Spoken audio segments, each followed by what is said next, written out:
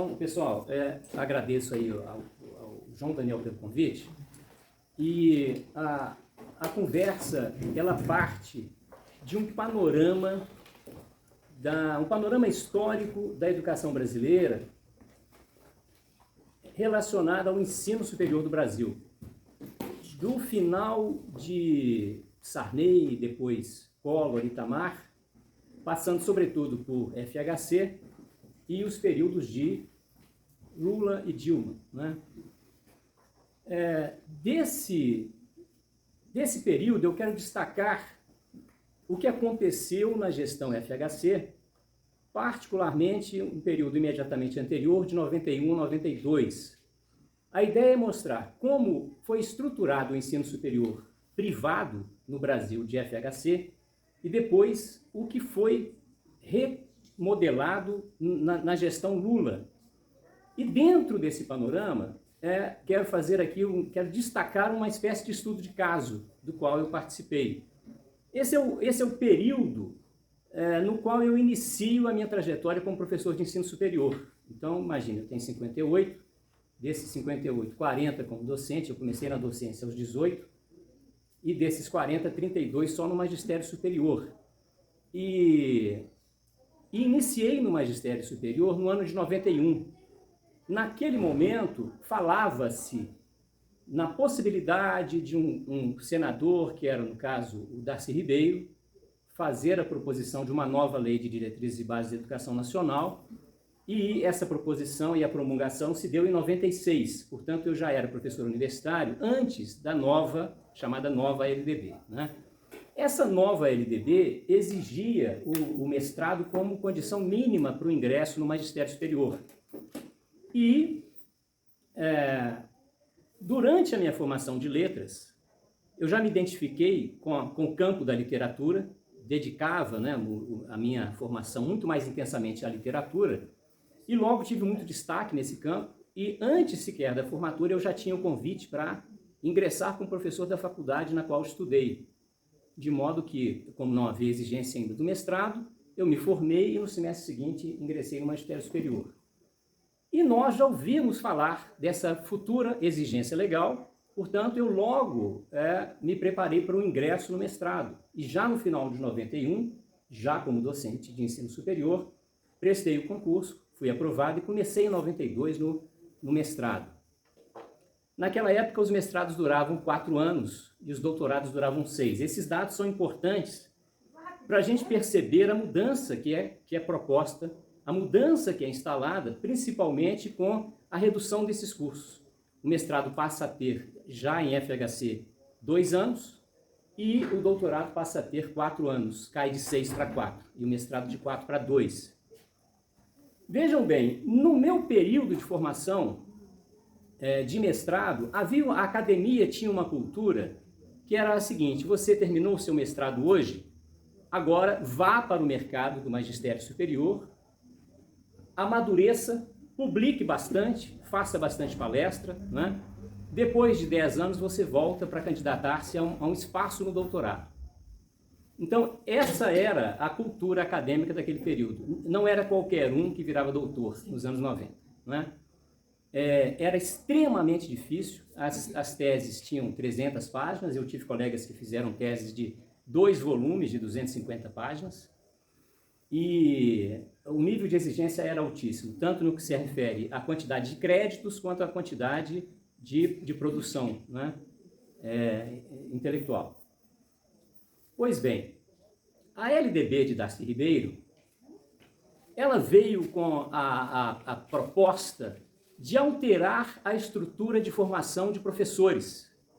Nós tínhamos como alfabetizadores as docentes que passavam pelo magistério, não é? Formação de nível médio, e ali saíam como alfabetizadoras, ensinavam ciências naturais, matemática, até o então chamado 4º ano, né? 4ª série. O que o Darcy propunha? A criação de um normal superior. E isso fez parte da LDB de 96. A LDB deu 10 anos para as instituições de ensino se adequarem, para as prefeituras se adequarem, e portanto, o que acontecia? nós tínhamos no Brasil uma quantidade, um percentual muito alto de professoras e professores sem formação superior. Professoras alfabetizadoras com o magistério, não é? E muitos docentes de 5ª ou 8ª série que tinham o ensino médio, muitos dos quais faziam faculdade. Isso nas capitais, mas imaginem um estado grande como São Paulo, como Bahia, como Minas, né? Minas tem 856 municípios, imagina aquele contexto todo ali de Jequitinhonha, Mucuri, né? Ou então o Nordeste brasileiro, Rondônia, Acre, Roraima. Você mal tinha gente formada nas capitais. Tanto que naquele primeiro lustro dos anos 90, eu, como professor da PUC Minas, eu era convocado a lecionar nas minhas férias nos vales do Mucuri, do São Francisco e do Jequitinhonha. Por quê? Porque a Universidade do Estado, a UENG, e isso que eu apresento aqui, esse panorama que eu apresento relacionado a Minas, ele se reproduzia no Rio, se reproduzia nos outros estados brasileiros, né? As universidades estaduais eram menores, elas se limitavam basicamente às capitais. Você não tinha o chamado campus avançado, né? Você não tinha esse perfil de universidade multicamp que a gente tem hoje. Então, no caso de Minas, o governo estadual fez um acordo de cooperação com a PUC, que era a maior, era a única universidade privada que nós tínhamos em Minas, né? Aqui vocês já tinham Estácio de Sá, já tinham outras universidades, não falo de faculdades, nem de faculdades integradas, e nem de centros universitários, porque esse instituto do centro universitário ele foi criado no final do FHC. Bom, então, o que aconteceu ali?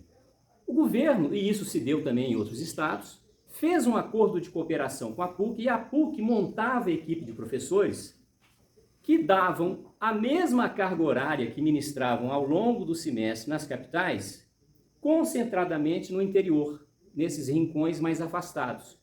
Então a gente ia para uma cidade, vamos supor, parecida com Volta Redonda, na qual não havia faculdade num raio de 80, 100, 120 quilômetros. Naquele momento da nossa história, o Brasil tinha apenas 12% da população em idade universitária, na universidade. Portanto, havia aí 80 e quase 88% da população em idade universitária fora da universidade, por diferentes razões, e a principal era financeira. Às vezes a pessoa poderia pagar uma instituição privada, mas ela não tinha as condições para o transporte ou para os outros elementos que envolviam o processo de formação, né? Compra de livro e tal. Bom, então, o que nós fazíamos? Nós, em julho, íamos para São Francisco, Nanuque, Porteirinha, Malacacheta, cidades muito remotas, e ali, durante manhã, tarde e noite, imagine, é uma disciplina de 45 horas aula por semestre, em 3 dias, em um dia eu ministrava 15 horas aula, 5 manhã, tarde e noite, né? Então, com 3 dias eu cumpria uma carga horária de 45 horas. E nós fazíamos isso. Portanto, o Estado de Minas e vários outros fizeram isso, conseguiram oferecer às escolas municipais e estaduais a chamada licenciatura curta para a formação de professores. E ali, naquele momento, o Brasil começou a ter professor com ensino superior. Tá bem? Bom, ocorre que o início dessa formação, ela começou ainda na Lei de Diretrizes e Bases do regime militar, mas na virada da década, né, no meio da década, na virada do lustro, com o advento da nova LDB, começou uma inserção mais acentuada desse conjunto de disciplinas das humanidades. Aí vieram sociologia geral, introdução à filosofia, filosofia do magistério, filosofia da educação. Começou um conjunto de disciplinas assim, todas com emendas, com bibliografia e com objetivos gerais e específicos fundados nas teorias de base marxistas, né? E mais do que isso, começou uma difusão mais acentuada de um caráter de formação mais socialista naquele período, exatamente por força dessa desse conjunto bibliográfico, né, que era o que existia, porque quem produz conhecimento é a universidade. Né? E se você tem uma universidade socialista, você terá a editora publicando livro socialista, não há outro caminho. Pois bem, o que veio fazer o Normal Superior a partir de 2006? Porque a lei oferecia 10 anos de vacácio aí, né, para as prefeituras se adaptarem. E aí a gente entra num tema que está em discussão, por causa desse episódio do ministro Milton Ribeiro, né, que são os recursos do Fundeb. O que acontecia? O recurso chega no município, o município não tem projetos, não tem como gastar, então o que faz? Gasta com a formação continuada de professores e gasta com a formação universitária dos professores que não são formados. Pois bem, o que acontece? A demanda da sociedade, naqueles anos, nos anos 70, nós tínhamos 70 e poucos milhões de brasileiros, né? Mas em 90 nós já tínhamos lá seus 140 milhões. Então a sociedade cresce, vem o crescimento demográfico, vem o amadurecimento do mercado, veio o Plano Real, obviamente a circunstância de consumo melhorou e a sociedade se aproximou mais do ensino superior. O FHC foi o primeiro ministro, o primeiro presidente do período pós-regime militar que conseguiu manter um ministro longevo, que foi Paulo Renato. Porque até então, dos anos 30 para cá, nós quase não tivemos ministros da educação que ficaram por mais de 2 anos no exercício da pasta. Isso é péssimo. Nós estamos vendo aí a falta de unidade, né? Nesses 4 anos, com queda e substituição, troca de ministros, o quanto isso é prejudicial para a pasta, né? Bom, então o que aconteceu? O FHC, com uma ânsia de esvaziamento do Estado, né, em vez de investir no ensino público, ele abriu as portas para o crescimento do ensino privado superior e criou a figura do centro universitário. O que acontece na estrutura? E aí é interessante ver o quanto a estrutura impede o amadurecimento do processo educacional voltado para a liberdade do sujeito, voltado para um amadurecimento intelectual. Vejam só, nós tínhamos uma proposta de normal superior que introduziria esse conjunto de disciplinas sob a alegação de que as professoras no magistério eram mal formadas, precisavam de mais didática, de mais fundamentos de ensino e de mais psicologia da aprendizagem. Isso é fato. Então, esse foi o projeto. Era um curso superior de 4 anos, com um conjunto grande de disciplinas desses campos, mas também com a inserção ampliada de disciplinas do campo que permitia doutrinação, né? Pois bem, o que aconteceu nesse período? As pessoas que atuavam nos cursos de pedagogia tiveram receio do normal superior sobrepujar os cursos de pedagogia. E nas instituições federais e estaduais, elas ofereceram resistência à criação do normal superior. Por outro lado, as instituições privadas, elas já tinham as suas estruturas de licenciatura e de pedagogia montadas. E também se opuseram ao normal superior, tanto que ele não chegou a existir. Ele foi iniciado em algumas instituições, abriram 1 ou 2 turmas e depois ele foi encerrado. Pois bem, o que aconteceu aí? Nós tivemos um conjunto bastante grande de novas instituições privadas surgindo, um conjunto de faculdades integradas que foram transformadas em centros universitários e um enorme crescimento de representantes na Câmara dos Deputados e no Senado de pessoas ligadas às instituições privadas de ensino. Então nós tivemos, por exemplo, aqui parece que em Niterói, né, a Salgado de Oliveira, sim, teve um filho senador, né?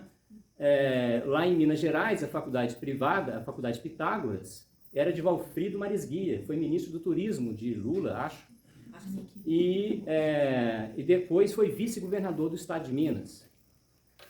Em São Paulo, a mesma coisa, o Digênio, do Colégio Objetivo, né? E todos os outros, o Arnaldo Nisquier, aqui no Rio de Janeiro, que é o dono da universidade, né? Universidade da cidade, não sei. Era o Ronald Nisquier, ela lá no Rio Comprido. Ronald Leves era o dono da universidade. Mas o Nisquier, tanto que o Celso Nisquier, que é filho dele, continua reitor numa dessas aí. Mas na universidade era o Ronald. Acabou? O Nisquier Bom, pois então. Faculdade Rio, alguma coisa. Eu nem sei. O Nisquier era membro do Conselho Federal de Educação, né? E tal como ele, vários outros nos estados do Sudeste, Sul e Nordeste e Centro-Oeste. Então, gente, por que é importante compreender isso? Porque o Conselho Federal de Educação é a última instância, por exemplo, para a revisão de processos de criação de novos cursos superiores nas instituições privadas, é a última instância de processos para revisão das comissões de verificação de novas instituições, porque qual é a diferença fundamental entre uma universidade e um centro universitário e as faculdades isoladas e integradas? É que a universidade tem a chamada autonomia universitária, que é a coisa na qual eu mais bato nos nossos dias. O que ocorre? A UFRJ, a UERJ, a Federal Rural, amanhã, se quiserem encerrar um curso, elas encerram. Amanhã, se elas quiserem abrir um curso novo, elas abrem.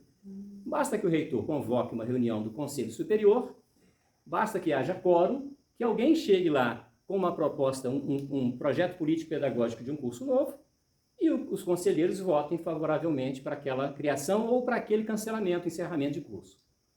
As instituições privadas, exceto as PUCs, as universidades, né, elas não têm essa autonomia. Então, elas dependem necessariamente de uma comissão verificadora que vai ali Do Ministério? Desculpa. do Ministério da Educação. Se amanhã eu quero abrir uma faculdade, eu tenho que entrar com um processo no MEC e nesse processo eu tenho que apresentar a planta do prédio, o projeto político-pedagógico, se o prédio for meu, a escritura, se for alugado, o contrato, tem que apresentar o currículo dos professores, as emendas, a demanda reprimida do local. Tem uma série de quesitos que são exigidos para a abertura de uma nova instituição. Então, uma vez que isso chega na Secretaria de Ensino Superior, o secretário vai designar uma comissão que faz essa verificação. De quem? Quem é que compõe essas comissões? Os professores doutores das universidades federais, que estão cadastrados no Conselho de Educação, né? E que farão essa verificação e dirão assim, não gostei dessa matriz curricular, não. Bota aqui uma sociologia, isso não está legal. Você não está fazendo formação de aluno crítico, você não está formando pensamento crítico. Bota aí uma introdução à filosofia, percebe? Coloca aí uma história política da economia brasileira. Então, nós temos uma estrutura que é organizada pelo Estado e que legitima a ação política daqueles que estão dentro das universidades públicas, inclusive nas instituições privadas, ok? Pois bem, é aqui que eu quero inserir um caso, né, um estudo de caso. Vejam, durante essa década de 90, eu fui chefe de departamento, coordenador de área, vice-diretor de faculdade, sempre em instituição privada. E havia um legalismo muito grande nas instituições das quais eu fazia parte. E era muito interessante porque uma delas, ainda existe, hoje é um centro universitário, uma delas tinha um escritório especializado em direito educacional. E isso era a única instituição privada de Minas que tinha um escritório próprio especializado em direito educacional. Então, qualquer portaria que o MEC publicava, eles liam o Diário Oficial da União todos os dias, pela manhã. Qualquer novidade que surgia, aqueles advogados que trabalhavam na instituição entravam em contato conosco, chefes de departamento.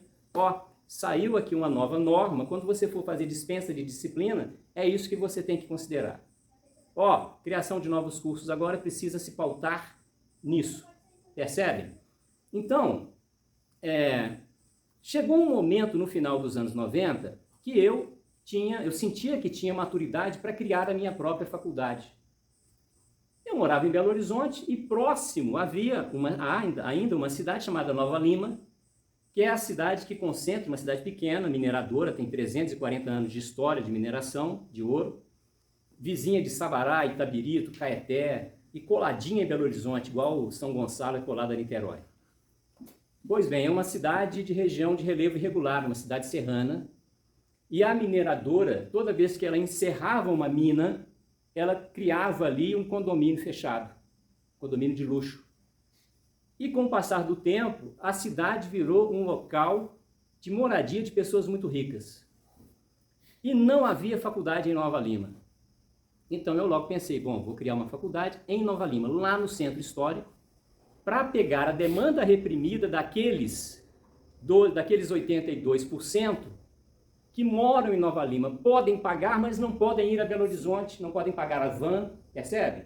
É aquele público que eu quero. Em 5 anos eu terei condições de construir e de ter uma autonomia. E aí fiz isso, entrei com um processo no MEC. Na ocasião havia em Minas uma instituição, ainda existe, chamada Unipac, Universidade Presidente Antônio Carlos, proprietário Bonifácio Andrada, tataraneto do Bonifácio Andrada do Império. Ele é deputado federal, os filhos deputados estaduais, prefeitos de Barbacena, enfim, uma família inteira de políticos, donos da Unipac. Como é que a Unipac funcionava? Ela fazia cooperação com o Estado cedia uma escola estadual que só funcionava pela manhã e pela tarde, e a Unipac funcionava à noite no horário ocioso. Ora, eu tinha acabado de viver uma experiência com a PUC, que ministrava no norte de Minas cursos em escolas estaduais. Logo eu pensei, poxa, se vale para Bonifácio Andrada e vale para a PUC, vale para mim, não é? Então procurei a Prefeitura de Nova Lima, levei um belo projeto, e o prefeito disse, bom, escolhe a escola aí, escolhe a escola. Aí escolhi uma escola, dessa época aqui, um prédio centenário, maravilhoso, lindo, funcionava um colégio estadual, e apresentei o projeto no MEC. O prédio não tinha escritura, o terreno tinha sido doado pela população e o prédio tinha sido construído pela sociedade em mutirão. Pois bem, contratei topografia, contratei advogado e nós legalizamos o prédio em nome da prefeitura, fizemos o termo de cooperação e isso foi parar no MEC. Aí o MEC me responde, não dá, não pode, porque essa é uma seção precária. Numa seção precária, amanhã qualquer cidadão pode requerer esse prédio e a prefeitura terá que tirar você de lá. Como é que nós vamos autorizar uma escola que funcione numa estrutura precária, juridicamente precária? Então esse foi o parecer. Nisso eu já tinha feito reforma, construído, comprado móveis, montado biblioteca, laboratório de informática, tudo pronto para receber a comissão verificadora do MEC, que não foi. 1 ano e meio esperando a comissão verificadora do MEC. Aí, e essa parte do depoimento é uma denúncia, pode ser divulgada à vontade. Bom, aí o que acontece? O prefeito me chama para uma conversa e diz, vamos a Brasília? Eu, você e o meu assessor, vamos a Brasília. O assessor dele tinha sido prefeito em Itabirito e estava inelegível por uma denúncia que ainda não tinha sido apurada. Como ele estava inelegível, era do mesmo partido, essas coisas que vocês sabem que acontecem, deu um cargo comissionado para ele, ele era um assessor imediato. Fomos os 3 a Brasília. Paguei a minha passagem, né? Obviamente, embora a prefeitura quisesse comprar a minha passagem. Fomos a Brasília, fomos recebidos na CESU, Secretaria de Ensino Superior. Quem era o secretário era um ex-reitor da UFMG, Francisco César de Sá Barreto, que a essa altura já deve ter morrido. Ele nos recebeu, ouviu a história e disse assim, olha, é verdade, você tem lá um belo projeto, não tem defeito, do ponto de vista pedagógico, não vimos nada tão primoroso, tão bem planejado, mas esbarra numa seção precária, né? Você tem que resolver isso aí. Faz o seguinte, toma aqui esse cartão, ligue para esse consultor educacional, esse consultor educacional vai te dizer qual é o caminho. Você vai pagar a ele a consultoria e vai resolver essa questão. Bom, aí o assessor do prefeito pegou o cartão, olhou, bateu a mão na minha perna e falou assim, professor, vamos embora, está resolvido. Aí agradecemos, eu ali muito angustiado, no caminho até o Porcão, ele quis comer um churrasco no Porcão, no caminho do aeroporto, e disse assim, olha, eu enfrentei um problema parecido lá em Itabirito, quando fui prefeito, e foi esse cara que resolveu. Isso que ele está chamando de consultoria educacional é uma propina. O senhor vai pagar uma propina, ele é um lobista, né? E era daqui do Rio. Era dono, não vou citar o nome, mas era dono, era sócio de uma grande universidade privada aqui, do Rio de Janeiro. Bom, e dois irmãos. Os dois também eram do Conselho Federal de Educação. Ou seja, eu ia pagar a consultoria educacional, ia apresentar um requerimento ao Conselho Federal de Educação, e o Conselho Federal de Educação ia designar uma comissão de amigos para verificar o meu prédio e autorizar a minha faculdade, né? Pois bem, quando o assessor do prefeito me disse isso, eu falei, olha, não dá. Isso eu não consigo fazer. Se eu fizer isso agora, amanhã, na hora do lançamento do próximo novo curso, eu vou ter que pagar propina de novo. E depois de amanhã, propina de novo. E depois propina de novo. Não é? Esse caminho eu não realizo. Bom, não, liga para ele, conversa. A gente faz o seguinte, o senhor liga a certo valor e a prefeitura contrata uma consultoria para a Secretaria de Educação, paga isso para ele, mas na verdade ele vai resolver o seu problema, ou seja, havia uma possibilidade de maquinar uma maneira da prefeitura pagar a propina para mim, para que o prefeito tivesse o ganho político de uma faculdade no centro da cidade. Percebe? Pois bem, eu cheguei em casa num desespero, uma angústia pessoal absurda e tomei a decisão de que ia procurar um outro caminho. E o caminho foi o seguinte, alugar um prédio, né, privado. E comecei a procurar um prédio privado. Havia uma possibilidade numa fábrica de parafusos, que era vizinha à cidade, bem na saída da cidade. Ela tinha um hotel, era uma fábrica grande, tinha um hotel para os gerentes que iam fazer auditoria de vez em quando, eles iam me alugar esse hotel. Pois bem, muitos desdobramentos aconteceram, até que num belo dia a secretária de Educação ligou para mim e disse assim, olha, professor, eu sou muito amiga da sua tia, o senhor sabe, eu estudei com ela no colégio, eu me sinto no dever moral de te dizer o que eu vou dizer. O senhor não vai conseguir, para de gastar dinheiro, porque o prefeito já encontrou um testa de ferro, né, um laranja, para assinar um acordo com a Unipac, e ele vai ser sócio da faculdade que vai ser instalada naquele prédio que o senhor preparou através da Unipac. Então, vocês imaginem, isso para contar para vocês o seguinte, a estrutura interna do MEC... Você não promoveu nenhuma ação para ressarcir o dinheiro que você gastou? Não ia conseguir. Olha, é um negócio assim era tão, do ponto de vista do posicionamento pessoal, a sua frustração é tão grande que eu saí doando coisas, né? Peguei os móveis e fui doando para instituições, porque não adiantava, chegava num topa-tudo com computador Pentium 2, aí já tinha o Pentium 3, entendeu? Chegava com estante de livro, o que isso vale, né? Então, isso para dizer para vocês o seguinte, o MEC, ele tem uma tal estrutura interna. Isso que está acontecendo agora com o atual ex-ministro imediato, né, o Milton Ribeiro, não sei se vocês viram que a Polícia Federal foi fazer busca e apreensão no MEC. Por que isso? Porque os caras, eles oferecem a dificuldade para vender a facilidade. Né? O MEC está montado dessa forma. Existe uma possibilidade de resolução disso se houver uma divisão do MEC. Eu, particularmente, eu sonho com um dia em que o MEC tenha o MEC exista exclusivamente para formar professores e que tenha uma matriz curricular de formação clássica de professores com um conjunto de disciplinas e de bibliografias absolutamente afastada das que existem hoje. Os institutos de tecnologia ao cargo do Ministério de Ciência e Tecnologia, os cursos da saúde ao cargo do Ministério da Saúde, é preciso dividir o MEC.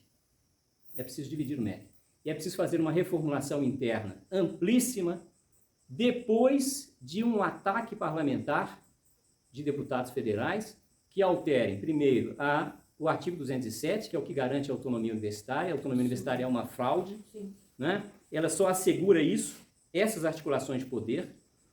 Ela existe para garantir a qualidade da ciência, a qualidade do ensino e a qualidade administrativa. Ora, tudo isso é decadente nas instituições federais e estaduais de ensino superior, né?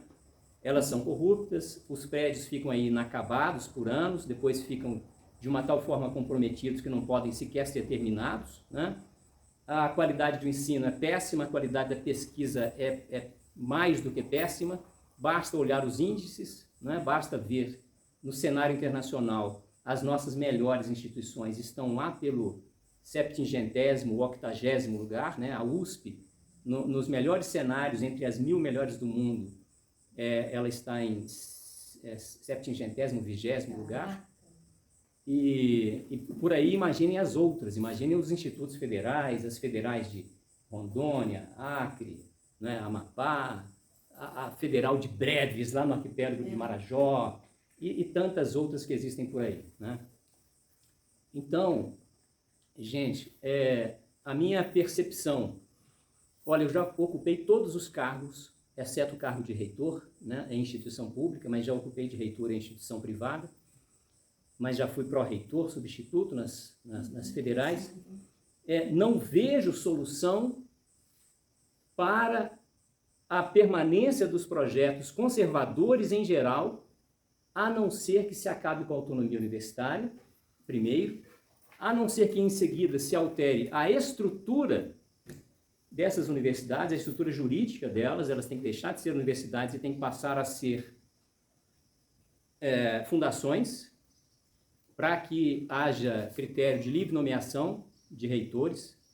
Sem a livre nomeação, aí o pessoal da esquerda diz, mas o próprio pessoal da esquerda combate dizendo assim, mas assim, imagina, quando vier um outro presidente, né, ele também poderá mexer a seu bel prazer nessas estruturas. Ora, é claro que se criará um conjunto de regras que precisarão ser respeitadas, né, como, por exemplo, conjunto de experiências administrativas, titulação, área de formação, para que dentro daquele grupo de professores universitários se possa, num grupo de 20, 30, eleger... Opa! Machucou aí? Nossa, eu estou sentindo a dor por você. Você foi na canela... Não, foi aqui. Ele achou que tinha acabado, não tinha... Então, pessoal, eu diria que os projetos conservadores, eles serão imediatamente desmontados, por mais que haja conquista, por mais que haja estrutura, porque numa relação dessas, em que o ensino superior altera a formação de professores da educação básica, nós sempre teremos uma retroalimentação ideológica de esquerda, a não ser que o conservadorismo consiga atuar nas instituições de ensino superior. Sem isso, eu, francamente, como brasileiro, como uma pessoa que está na educação superior há tanto tempo, claro... Você traz muitas informações, eu já vi essa sua palestra lá no Jardim Botânico, mas hoje você trouxe mais informações. Foi o que eu falei com ela que eu faria para descansar vocês do tema, né? Não, mas a minha preocupação é a seguinte, eu entendo da área de educação, imagina, mas eu entendo de sacanagem. Desculpa, gente. E as coisas precisam passar pelo parlamento, todas essas alterações, né, essas normas, Constituição Federal, blá, blá, blá. Como fazer isso num parlamento que majoritariamente é vendido para o lobby, não vou nem falar de esquerda, vendido, porque tem direita vendido também, vendido para o lobby. Como fazer isso? Porque eu vejo você hoje, desculpa, só para completar, eu vejo você hoje como Jair Bolsonaro há 20, 25 anos atrás, uma voz solitária no deserto, pregando, não quero te desanimar, mas eu só vejo você fazendo isso. Como é que você vê essa solução? Me diga. Olha, eu também tenho a sensação de que essas questões são propostas por mim e por mais ninguém, por algumas razões específicas. A primeira é que é preciso conhecer esse ambiente. Mas tem muita gente que conhece isso. Mas veja bem, veja só, eu tenho colegas do UFRJ que estão lá há 30 anos e que não têm essa vivência porque não passaram pela atividade administrativa.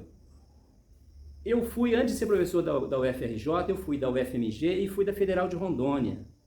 E na Federal de Rondônia eu assumi muitos cargos. Uma coisa é quando você está numa universidade pequena, como a Federal de Rondônia, e você passa para os cargos e vê as operações ardilosas acontecendo.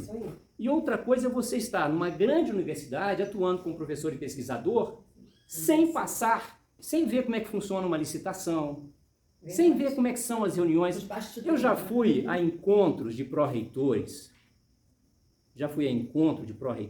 em que um pró-reitor chegava com várias impressões de atas de licitação superfaturadas para dizer para os amigos assim, ó, nessa aqui você compra computador a 4 vezes o preço de mercado.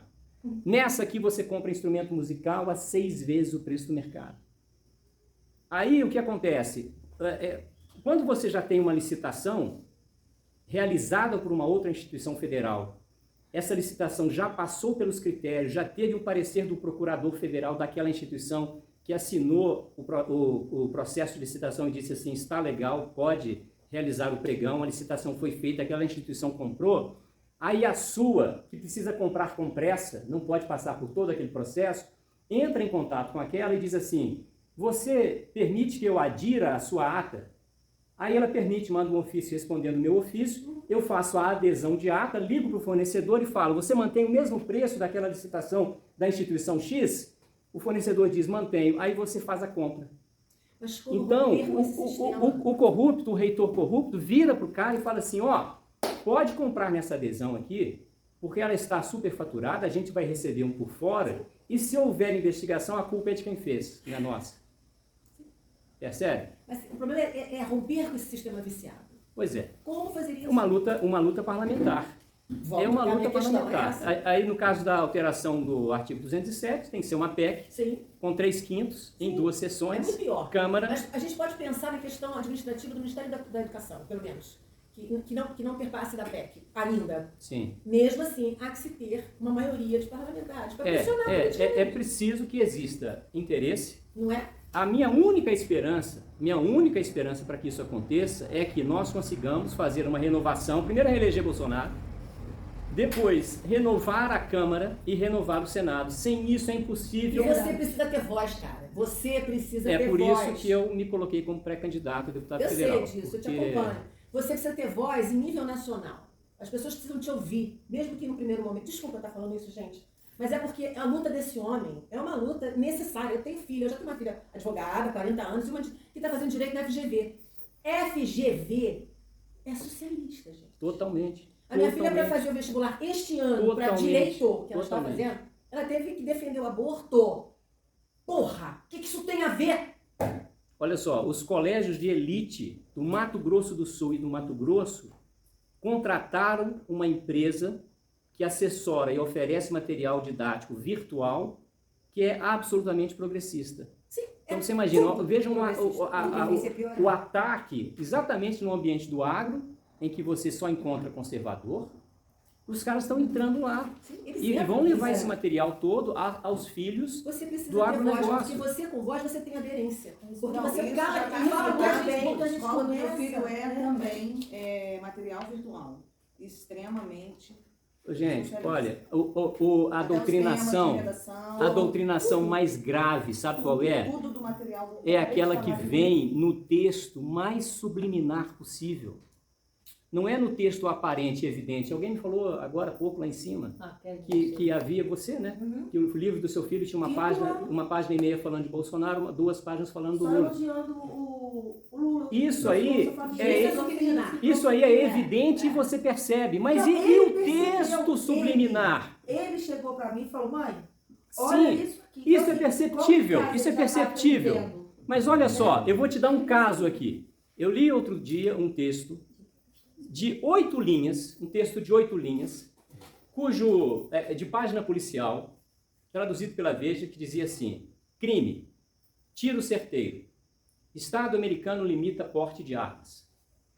Aí o texto dizia assim: Um jovem de 25 anos chamado John Hinckley Jr. entrou numa loja de armas no Texas, comprou uma arma pequena, barata, chamada Saturday Night Special, Sim. E não sei o que, preencheu um formulário falso do governo, parará, e com essa mesma arma atirou contra o presidente Reagan e acertou a cabeça ou a coluna do seu porta-voz fulano de tal.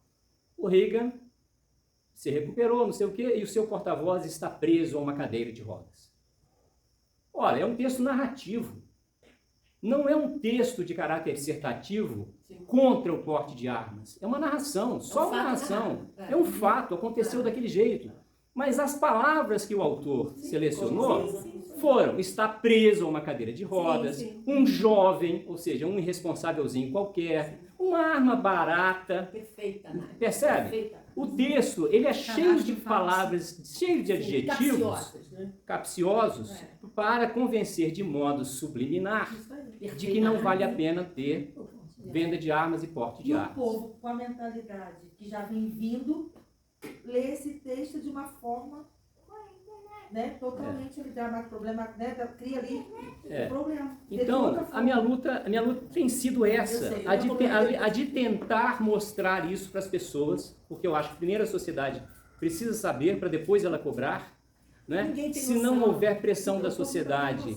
Olha, gente, vocês não têm noção do índice de assédio moral, assédio sexual e corrupção dentro das universidades. Eu tenho. Temos.